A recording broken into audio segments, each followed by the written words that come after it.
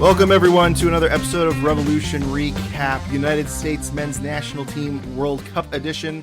And this will be our last World Cup Edition episode as the United States fell 3-1 to the Netherlands in a game that they were thoroughly outplayed in. They conceded early. They gave up multiple goals. The defense was lacking. And the goal that they did score was more luck than skill. But other than that, not many complaints. The United States are out in the round of 16, just like they were in 2014 and 2010. I'm Greg Johnstone. Joining me today is Tanner Rebelo. Tanner, how's it going? You know, this morning I woke up with optimism, and now I'm feeling a lot of regret. It's the hope that kills you, as they say in Ted Lasso. And I gotta say, we'll get to our key takeaways in a minute, but I really kind of talked myself into this being a stalemate tight game where, you know, the U.S. plays like they did in the group stage. They play tight. They don't give many chances. I kind of pictured something similar to England. They try to get this to extra time. And then they try to just get that one extra goal. Maybe they don't force extra time, but they get that one goal and they just play defensively sound. And that unraveled really, really quickly within 10 minutes. And I feel like Netherlands, had control of that game the whole way. So really ugly game start to finish. What was your key takeaway today, Tanner? My key takeaway was that the issues that have plagued the United States and the lack of a true number 9 continued to plague them, right? They just were never able to figure out that position, whether it be in World Cup qualifying or whatever matches since Gregg Berhalter essentially took over the team. And it really came to bite them in this match, I felt like you really needed that true number 9. Obviously, Jesus Ferreira started, but then he came off at halftime.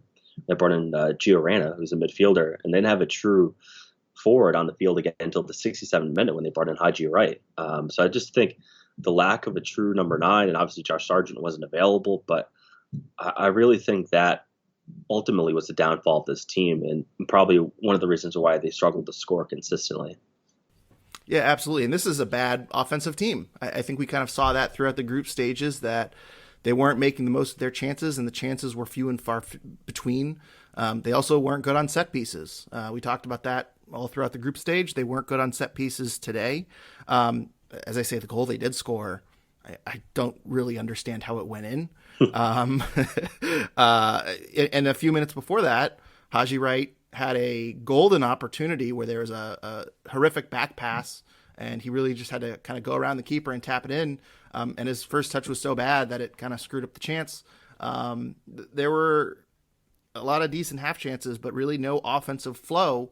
And I think the Dutch knew that. I think the Dutch were kind of sitting back, letting the United States try to break them down, knowing that they couldn't. And the lack of a really solid number 9 goal scoring forward, I think the Dutch played it perfectly. And you're right. I think that fatal flaw really, really was the straw that broke the camel's back. And it's worth noting that, the players that Gregg brought, I almost said Bruce, but the players that Gregg brought, you're right. Haji Wright had a bad World Cup. Jesus Ferreira, I know he only got 45 minutes, so it's a small sample, but he was very ineffective. Having Sargent out was not a great choice, and it would have been nice to have Ricardo Pepe today. That's what I think. So overall, I couldn't agree more. This was a bad offensive team, and when you don't score goals, you can't really go deep into the tournament. No, and I think if you look at that 3rd minute chance that Christian Pulisic had, that ended up being a great save.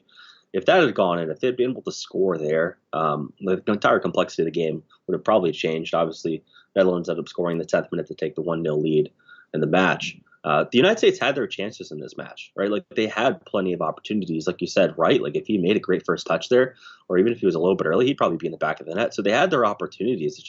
It's that finishing blow, right? It's getting that quality chance. And how many times do we see Christian Pulisic in this match take a sort of a lazy shot from the top of the box that wasn't really testing the keeper? Offensively, this team has really struggled. And I do think having a true number 9 would have fixed a lot of their issues. I just kind of have to put the blame on Berhalter here, right? Like that was his job to figure that out. And the fact that he wasn't able to figure that out tells me that he's probably not the guy long-term to coach this team. Yeah, and we'll foreshadowing a question I'm going to ask you later, Tanner. about his future with the United men's national team. But I just want to hop into my key takeaway real quick. And by the way, our key takeaway is brought to you by the Rebellion, our friends over at the Rebellion. Now with the World Cup over, all eyes are turning to the Revs. And if you want to get involved more with supporter culture, go to anyrebellion.org. I do believe that 2023 season memberships for the Rebellion are now on sale, so make sure you check that out at anyrebellion.org. My key takeaway today, honestly, I think it's just that they conceded early. That was really the worst case scenario. I think the New England, I'm going to do this all episode. I almost did this all episode last time, but the United States really needed a really strong defensive performance. They really needed to be disciplined. And within 10 minutes, we have Tyler Adams kind of jogging back, not tracking his man, Memphis, who, scores, wide open in the center of the box, pretty undisciplined. That second goal too, the United States started to build a momentum. Then there was a counterattack. Serginho Dest, at one point, I think he had his hands on his hips and reacts late to get over. That's another goal from the center of the box. And then the third goal, you couldn't get more wide open than that. The right back just kind of walks in, and Robinson, completely unaware, to slide over and guard that man. So really poor marking, really, really terrible at tracking your man. And defensively, by far, this was the worst performance from the United States. But even if they were able to scrounge up a couple of goals that they deserved, this just kind of struck me as a game where when the Dutch wanted to move up, they were very clinical. They weren't challenged in getting into spaces. This just seemed like a game where the Dutch were able to do whatever they wanted offensively. And even if this was closer, I feel like the Dutch at any time could just turn it on and create chances out of, I don't want to say thin air, but create some well-earned chances. And really the United States just wasn't disciplined enough. So my key takeaway is just really poor everywhere defensively. And I don't know, it's extremely disappointing that this is the same team that was in the group stage. Yeah, the prior to this match, they hadn't conceded a goal in the run of play throughout the entire group stage, and they conceded 3 here. It was flat-footed, lazy defending, weren't tracking their man. Maybe that's coaching. I think it has to go back to Berhalter there. Like, why weren't they up for it defensively? Because up till this point, they played very, very well defensively. This was their largest loss in a world knockout match since 1934 in terms of margin of defeat. That happened to be a 7-1 defeat to Italy. This was a bad loss for them. And especially that Anthony Robinson losing his man there, not tracking him. That third goal, that was the blow, right? The United States had scored. They'd made it a 1-goal game. You have 10 minutes to go plus stoppage time. Like, you had opportunity there. And then, you concede that goal, and that's really the death blow, right? Like, they could not concede there, and they ended up doing it. So I think it's going to be very disappointing for a team that really looked resolute defensively for the entire tournament. And for some reason here, when it mattered the most, it kind of just fell apart for them. Yeah. And 10 minutes in, it's one thing if, you can blame tired legs, or it's one thing if you have a defensive liability or if there's a miscommunication or something like that. But if you look at the first goal, you have your captain, Tyler Adams, just not marking a person. If you watch that entire run of play, Memphis is, Tyler Adams has him in front of him, and he's able to get in behind Tyler Adams, and Adams is just giving him 3 or 4 steps as he walks into the box and just converts a wide open shot. Just really poor and uncharacteristics from this United States team that, as you say, we did concede from open play in the group stage. So real quick, just going to read off some advanced stats here. These are according to FootMob, by the way. I know expected goals vary from place to place, but expected goals, the Netherlands had 1.77. The United States had 1.51. USA outshot the Netherlands 17-11. They outshot them on shots on target, 8-6. They had 11 shots in the box compared to the Netherlands 7. It really just came down to making the most of your chances. And for the Dutch, it seemed really easy. And for the US, it seemed really hard. And I don't think there's a single person who watched this game that thinks that the United States weren't completely outclassed, outcoached. Every phase of the game, the Dutch were better. So very, very disappointing end to this World Cup for the United States. Yeah, and I think the game was there, though. Like, if you look at the opportunities for the United States and you look at their poor defending, like, those are easy things to correct, right? So I think the game was there. I think, it's not hard to imagine that you change a couple of things and you're right there with the Dutch, right? You'd make it a more competitive game because I was impressed by some things the United States did. Right, I didn't think they were going to get as many chances as they did, but that being said, Dutch pretty much shut it down. Like that goal that Wright scored was kind of a fluke type of goal. And they didn't get any quality shot, like in terms of, real high powered shot on net. Like a lot of their chances were kind of thwarted at the last second. So credit to the Netherlands. They were a good team. Like you said, they pretty much outclassed the United States in every phase of the game here. But you could see the talent in the United States. You could see that throughout the entire tournament that, they belong to be there. And I think, you can take some solace in that, right? You can take away from this game that they're not that far away from being a team that's capable of winning the World Cup, or at least making a serious run at it. Mm-hmm. And they have a good opportunity to second youngest team in the World Cup, and they have already gotten out of the group stage. They've played England and they played them really well. So there are some positives to take away from this World Cup as they go into 2026, which will be played on our home soil. So in sort of a weird way, it's a bridge World Cup. Let's put that kind of spin on it, right? So. Tanner, do you have any other positives you want to talk about? We've talked a lot about the negatives. Any positives you want to talk about in regards to the United States today? Not particularly, if I'm being honest with you. I think, you can look at certain play of players. Like I think Tyler Adams, again, just proves why he's the captain of the team and proves why he's one of the better players. I thought Adams was good, but as a whole, I wasn't entirely impressed with anyone on the roster today. Yeah, and I trash Adams for that first goal, too. It should be noted, he did have some pretty solid performance outside of that one play. 74 for 80 passing, that's 93%. He did create 2 chances. He had 10 passes into the final third. So he did have a few good moments. He played pretty consistently, just an uncharacteristic mistake there in the first half. I'll give some credit to Matt Turner. I know his foot mob rating is 5.1, which is the worst overall for the United States, and I believe in the game. Yep, it is in the game. But he had a couple of really good saves. That double save kept the team in it. I believe that was in the 73rd minute. There was also a long-range shot that he tipped over the bar in the 61st minute. There was some pressure overall on Matt Turner, and when he was able to make a save, he did. I don't know if he could have saved any of those 3. I think maybe the first one he could have dove for, and maybe he could have tipped it. But for the most part, the chances that went in, he really didn't have much of a shot at. So I thought Matt Turner had a phenomenal World Cup overall. I thought he did what he could in this game. I think he was just left for dead. So if I had to name a positive, I'm going to give a shout out to Matt Turner. And there's no bias behind that whatsoever. So, Tanner, any negatives you want to go over that we haven't touched on already? I'm sure we can go anywhere on the field, but any other negatives you want to point out from the United States? I think this is more of an overall thing rather than the game itself. I think the lack of a number 9, going back to the selection process of who was chosen for this team, I think that appeared in this game once again, but I think it appeared throughout the entire tournament, was the lack of a true number 9. And I think you can easily look at the selections that Berhalter made. There were 6 players on the roster that didn't even appear in a game, including 4 outfield players, right? There's 2 other goalkeepers. They didn't play because Matt Turner played well, but there was 4 players that they had on the roster did not play a minute. So I think it's very easy to look at Berhalter's player selection and really question them. Mm-hmm. Absolutely. No doubt about it. And I think there's a lot of depth missing from this United States squad. So it'll be interesting to see how they build this towards 2026, because I imagine a lot of the players that start in this World Cup will be back, and I imagine that there's going to be some new up-and-coming players that will be ready in 4 years, and the depth really was lacking. I know we had Gio Reyna and Aronson coming off the bench, but outside of that, not a lot of impact from the bench players. Even Gio Reyna, I know he played 45 minutes today. He had some moments, but I didn't think he was a particularly overall influential player. But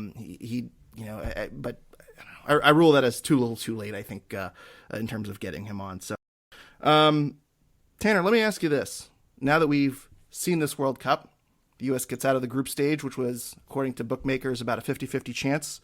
And then they went and they played the round of 16 against the Netherlands, who were the favorites, who were the betting favorites, to advance to the quarterfinals.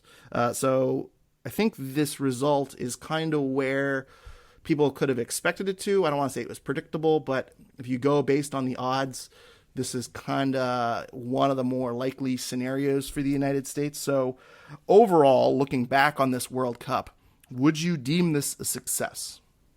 Yeah, I would deem it a success. I think after you missed the last World Cup, the whole goal was to get back to the World Cup. And then once you got back to the World Cup, is putting yourself in the situation to get out of the group stage, which they did.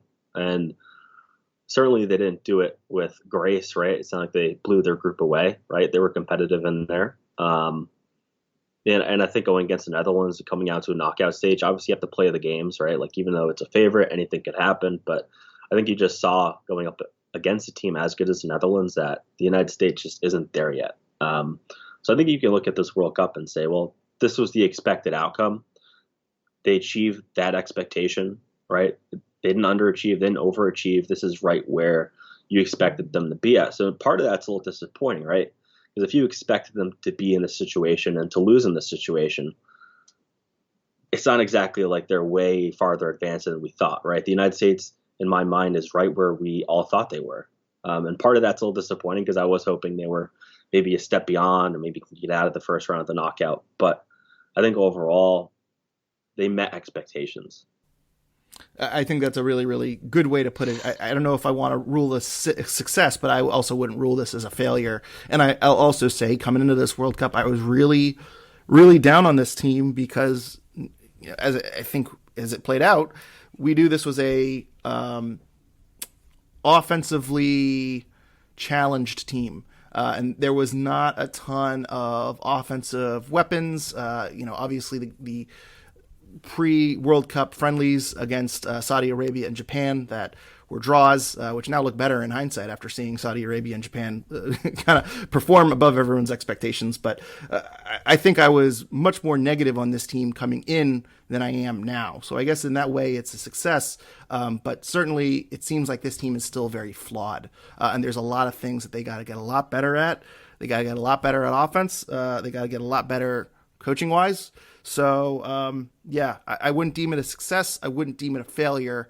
It is what it is. But I will say, really nice to get back into the knockout rounds. I think after the failure of 2018, I think just the fact that they made it into the round of 16 and they were able to advance from the group, it kind of feels like the United States is kind of back on track to where they were back in 2014. Yeah, I would agree with that. I think this is right where they're supposed to be. Now the question is, did they do enough to put themselves in a position, right, to get the players' experience for the 2026, right? Did they do enough to get players like Pulisic, McKinney, Gio Reyna, the players that are going to be here, right, for the next World Cup? Did they give them enough opportunities? And one thing that kind of concerns me specifically about the future, maybe what happened in this World Cup, was the age of the center back pairings, right, with Walker Zimmerman, Tim Ream. They're not going to be here in 26, right? The United States doesn't have young center backs. And I think the center back depth is a real question going forward. They really need to figure that out the next couple of years. What's their long-term solution there, right? Because Walker Zimmerman and Tim Ream aren't going to be there in 4 years. Yeah, that's a very good point. Time for Henry Kessler to have his breakout season, I'd say. I will also point out one more thing, too. It's worth noting that looking around CONCACAF, Mexico is on the downslide. And if you look at the United States last year, they won a Nations Cup. Or Nations League Cup, or whatever it's called. They won the Gold Cup. They are the furthest advancing CONCACAF team in the World Cup.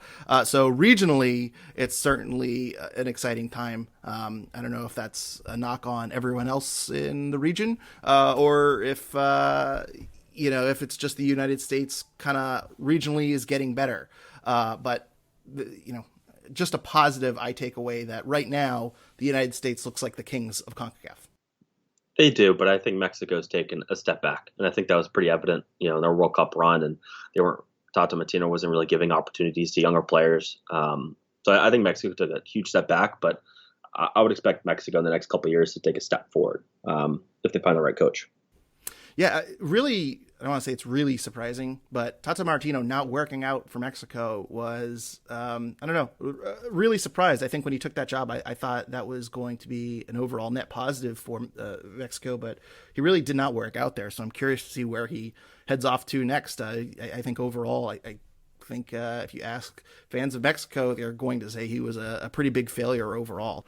We want to take a minute to talk about our sponsor, Golasso Kits. With the United States out of the World Cup, you now need a new team to root for, and luckily Golasso Kits have jerseys, jackets, and scarves from more than 80 countries in the world. Maybe you're hopping on the South Korea train. Maybe you're rooting for Japan because their fans clean up after games. Whoever you support, Golasso Kits will have kits and merchandise from the country you are now supporting. So go check out GolassoKits.com for their full selection, and make sure you follow them at Golasso Kits on Twitter and Golasso Kits on Instagram for updates on their new inventory every single week. And when you find something you like, use promo code REVSRECAP to save 15% off your order. That is promo code REVSRECAP at GolassoKits.com to save 15% off your order. Links and code are in the show notes.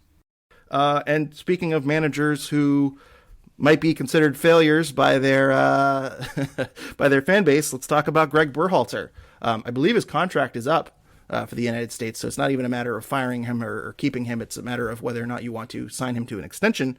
But my questions to you here, Tanner, is twofold. One, do you think that was Gregg Berhalter's last game as manager? And two, do you think it should be his last game as manager of the United States? I think his tenure has been interesting. With COVID, they weren't really able to play top teams that they would typically have played, so they played a lot of CONCACAF teams. And while I think Canada is certainly up on the rise in CONCACAF, I think like we just talked about, Mexico step back, so I think CONCACAF is relatively weak. In the United States, has probably the best talent pool they've ever had in terms of players. So Greg had a lot of players to choose from. I think if you look at his accomplishments and you see what he was able to do, I think you have to look at his tenure and say, well, he got his job done, right? They got back to the World Cup. They had success in CONCACAF. So as a whole, I would say his tenure was successful. But that being said, I just don't think he is the guy long term. I don't think he is the guy that's going to get over the hump and push you through the knockout round and help coach a team to the World Cup in terms of World Cup final or even being competitive in for it. And I think if you just look at Berhalter versus other coaches you see him play against, especially today against the Netherlands, it's just easy to see that maybe he's getting out coached. Look at the game against Wales. That was a disappointing draw. That was a game that I felt he was out coached in. Game against England, I thought he was potentially out coaching as well. So I think every step of the way, even Iran, I think if you look at him versus his peers, he is just the lesser of the coaches. Like in almost every single matchup, I feel like coaching is holding them back, whether it be substitutions, whether it was player selection, formations. I just think he is holding this team back at this point. I just don't think he's the guy that's going to take them over the top, especially the fact that his background is Major League Soccer and the majority of his player pool is not Major League Soccer players. Like I think that's also a factor here. So really, really interested to see what the Federation does going forward. I just think bringing Berhalter back is probably a mistake. Mm-hmm.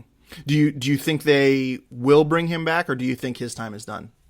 I think they could seriously bring him back.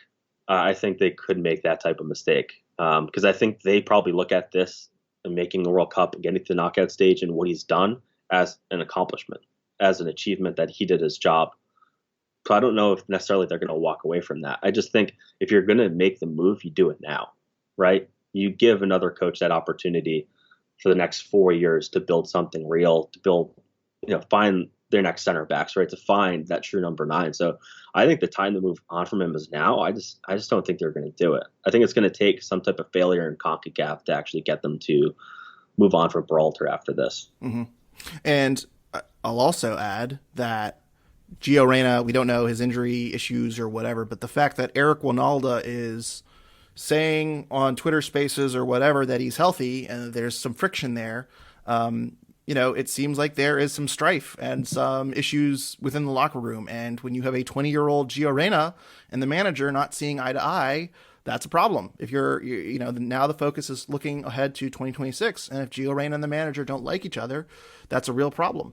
And I agree with you in everything you said there, Tanner, that if they hold Gregg Berhalter, it strikes me as potentially a Jurgen Klinsmann situation where Klinsmann, going into 2014, I think a similar resume, got to the knockout stages, but they held on to him, and that was a mistake. And it seemed like they made a move to Bruce Arena. I know Bruce gets all that flack, but Jurgen Klinsmann, had a lot of failures kind of in World Cup qualifying in that second cycle. And in general, if you look at coaches that are that are held onto for a second cycle, usually there's a dip. Usually there is a decline.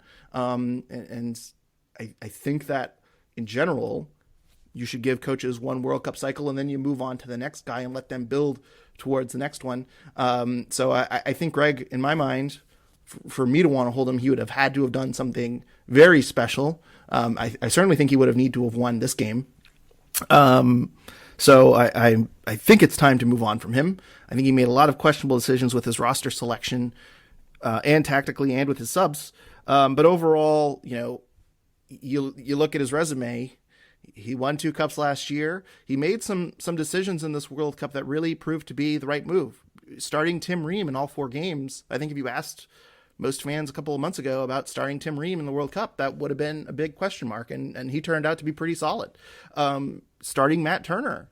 I know everyone in New England thinks that, that was the obvious choice, but outside of New England, it wasn't so much. And he gave Matt Turner a chance over the past few years and ended up choosing him over Stefan. And I think that, that was a big risk. And if Turner didn't have the performance he had, there'd be a lot of people questioning that decision, but it turned out to be the right one. So Greg did make some good calls, but ultimately there's a lot of flaws in, I think, how he kind of went about this World Cup. And as you said, when you get to that higher level, when you get out of CONCACAF, when you get to the World Cup, and you're going against other world-class managers, Greg doesn't measure up. So I think there's a lot of expectations going into 2026, and you need a world-class manager. And I don't think Gregg Berhalter is a world-class manager. So I agree with you 100%. And I also think, too, I'm a little more negative than you. I don't think the United States brings him back because I think they are aware that he has these deficiencies. And I just think the expectations for 2026 is so much higher than it was for 2022, 2018, 2014, 2010. I think having it at your home country, there's a lot more pressure. And I think we've seen enough flaws from Greg that even though he's had a pretty solid track record, and you can say he was a success overall for the past 4 years, he's not the guy to lead this team forward. Yeah, I mean, you look at 3 forwards on a 26-man roster, and that's certainly problematic, and it speaks to a lot of their issues. But I think if you're the Federation, you might weigh the fact that Berhalter didn't have the opportunity that coaches typically would have playing against top, European opponents or opponents of really higher standard than CONCACAF. I think that really hindered him, and his ability to see where his team was at versus the best teams in the world, right? Like really, they didn't have all those opportunities to do that, due to COVID. So I think playing devil's advocate, I think someone at the Federation might look at that and say, well, Greg didn't get his full shot to actually see where his team is versus the rest of the world. So therefore, this opportunities he did have, he was successful in it. So I think it's very easy to be hard on Berhalter, and I think he made a lot of questionable decisions. A lot of it has to do with the roster and who he picked and who he didn't pick, in his formation and everything. But I do think you can't take away from the fact that they didn't have all the opportunities they typically would have in friendlies, right? And I think that really did hurt this team, and seeing what worked and what didn't work against the best in the world. Yeah, it's very fair. I think you can make a really, really good argument that if you just look at the results, the Berhalter tenure was a success. I think he can make that argument. As I say, I just think there's a lot of flaws, and I hope they don't hold on to him a couple of years too long. And I'm also curious to see how much interest there is in the United States manager position if it becomes open. I think a lot of people look at this team and look at a very young team making it to the knockout rounds and know they have home field advantage in 2026. And I wouldn't be shocked if there is a big name manager that is interested in coming and coaching the United States. So I don't know, but I hope that there is a mutual parting. I hope it's thank you so much for the last 4 years, and best of luck. And I really hope that this isn't a thing where in 2 years the United States is scrambling for a head coach and hoping someone takes the position, because that's how you end up with a 2018 type of situation. And not to say they won't qualify for the 2026 World Cup, but I think it's a long process, but it's important to have a manager in place for all 4 years. Introducing the new coach, Jesse Marsh. I'm curious, if they don't bring back Greg, what do they look at? Do they look for another American coach, or do they look for just the best coach available, right? Regardless of nationality. So it's going to be very, very curious to see what they do, because it really does have an importance, right? Like whoever you put in place, if you move on from Greg, they have this entire cycle to build for 26, and there isn't sort of the difficulties of World Cup qualifying, right? You already are qualified, so you don't even have that to prep you. So it puts so much more pressure on other tournaments and other friendlies to prepare you for that. So it's going to be very interesting to see what they do. I do agree that it's time to move on from Greg. I just, for some reason, I get the feeling they don't. It's very fair to have that concern because you're right. You can look at his. I think you can make a good argument. If you are a Berhalter stan, you can make a really, really strong argument that he did a good job. If they were knocked out of the group, I don't think there's much of an argument for him. If they kept losing to Mexico last year and all that, you could make a really good argument that, he's not coming through. But if you just look at results, he's done fine. And so I think there is a good chance they say, what more could we want from him? Maybe go one round further in the World Cup, but it's a real results versus, context of every little decision he's made. I think if you look at the results, they're solid, but if you look into more context, you can say, well, I don't know, there's some flaws here. Tata Martino's available. Maybe they put in a call for him. Nope, not a good idea. I do think Jesse March is the, I think that's the odds-on favorite if I were to guess. But I could really see an out of left field wild card, international manager, maybe someone who's had success at the world stage, kind of just declaring interest in the job. I think it's going to be a very, very interesting, attractive job. I don't know. I would hope they go for a big name, someone who has coached in Europe, maybe someone who's coached on the international stage. If they pluck out a manager from, MLS, if they go for, Greg Vanney or, I don't know who, Caleb Porter or Bruce Arena. Yeah. Jim Curtin. Oh, Jim Curtin's a good one. Oh, that'd be the move they would do. Yeah, if you think about it. But that would drive me nuts. That would you could make the argument, hey, here's a guy who's really good coaching up young talent and getting the best of them. He's got a proven track record in MLS. But international soccer is a different beast, and that would concern the hell out of me if Jim Curtin, they put in a phone call to Jim Curtin and they replaced Berhalter with Curtin. I just, and that's no disrespect to Curtin, but I could absolutely see them making that type of move and not really learning anything. Yeah, I think you have to have someone that has lifted trophies and has done it at the biggest stage in the world, because that's what the World Cup is. No offense to any coach winning MLS Cup, like winning MLS Cup is not the same as winning Champions League or something of that level. Like it's different, or someone who's coached a team far into the World Cup. And for the United States, it's just a lack of options, right, for American coaches that have that experience. I mean, even Jesse March doesn't have that experience yet. I mean, he might get it with Leeds United, but not to that level yet, right? So the pool is very, very small for American coaches. So I think like an international coach would be like maybe the right fit. But then again, you have to find someone that's relatable to the players, and there's a whole thing, right? I feel like that they have to think about. But I don't envy the person that has to make this decision.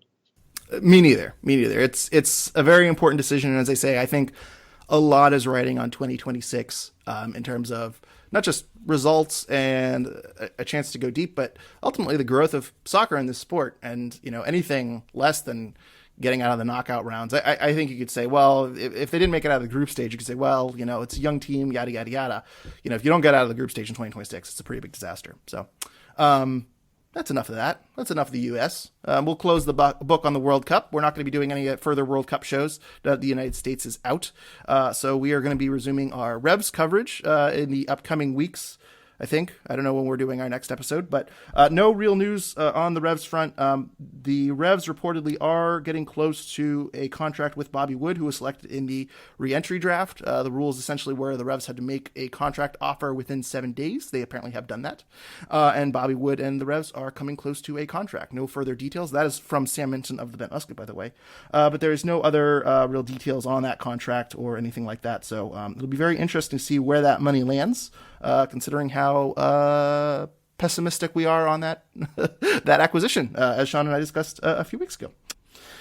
Tanner, that does it here today. Any closing thoughts before we leave here?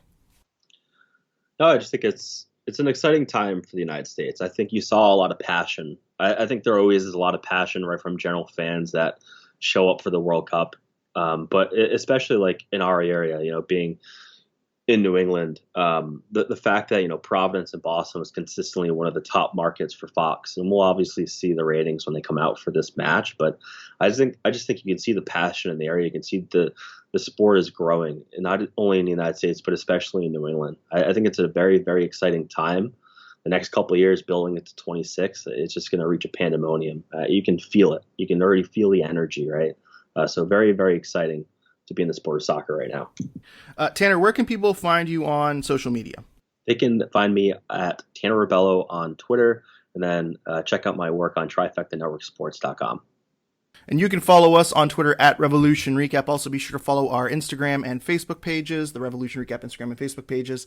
Also, please make sure you rate and review us 5 stars on iTunes or wherever you are listening to podcasts. We always appreciate those. Make sure you check out our friends, The Rebellion, at The Rebellion on Twitter, and go to anyrebellion.org to learn more about them and how you can become a member for 2023. And also make sure you check out our sponsor, Galasso Kits. Use our promo code RevsRecap for 15% off your order. That is that is GalassoKits.com. And also make sure you follow them at Galasso Kits on Twitter and on their Galasso Kits Instagram page. If you'd like to support the show further, please consider becoming a patron at patreon.com/Revolution Recap. Thank you, everyone, for listening. We'll be back in a few weeks when some Revs news comes our way. Until then, thank you for listening, and go Revs.